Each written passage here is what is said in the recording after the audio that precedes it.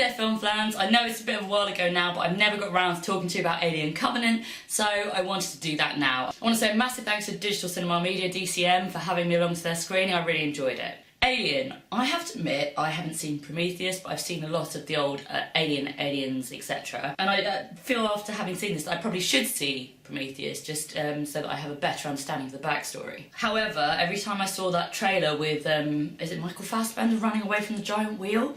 And instead of running sideways, because the thing rolls in a line, he just keeps running in front of it. It's like, you know, when there's like a squirrel running in front of your car and you're like, just go one side and we'll be good. And they just keep,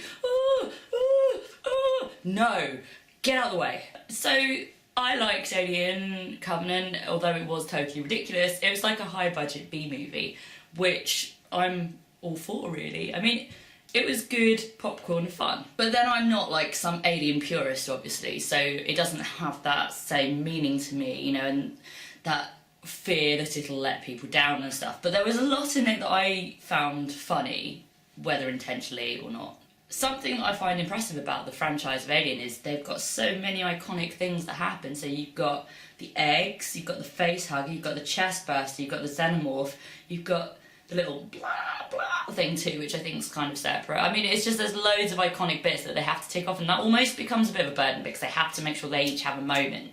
So you kind of know what you're going to get. The dialogue was pretty awful. It basically consisted of Basil exposition explaining what was happening, but then I guess you kind of needed that if you hadn't seen all the other movies. Props to Danny McBride for popping up, because I mean, if I'd have guessed his next move in his career, it wouldn't have been from like... He was something in the Sausage Party movie, right? Was that the last thing he did? And now he's like space cowboy with hot wife. For me though, the whole movie really boils down to the double Michael Fassbender performance. So Fassbender's David is like some eugenics god Hitler type of character, but he sounds like he's pretending to be Tim Curry as Dr. Frankenberger in the Rocky Horror Picture Show. The scene in which he's doing this weird Dr. Frankenberger impression whilst making sexual innuendos with a recorder, for me, that's a movie made, I'm sold. You know, I don't know what the hell's going on, but you just put your hands over the holes and blow.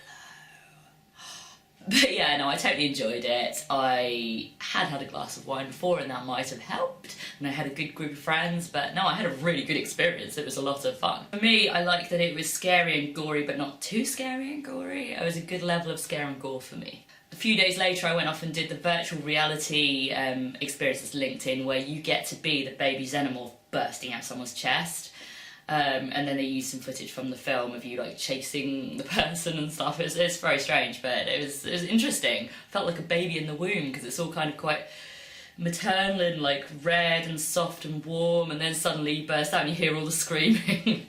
Yeah, I mean, pretty accurate probably. But what did you guys think? Do you think I'm being too fair on it? Did you like it less than I did? Let me know in the comments, and don't forget to subscribe to my channel.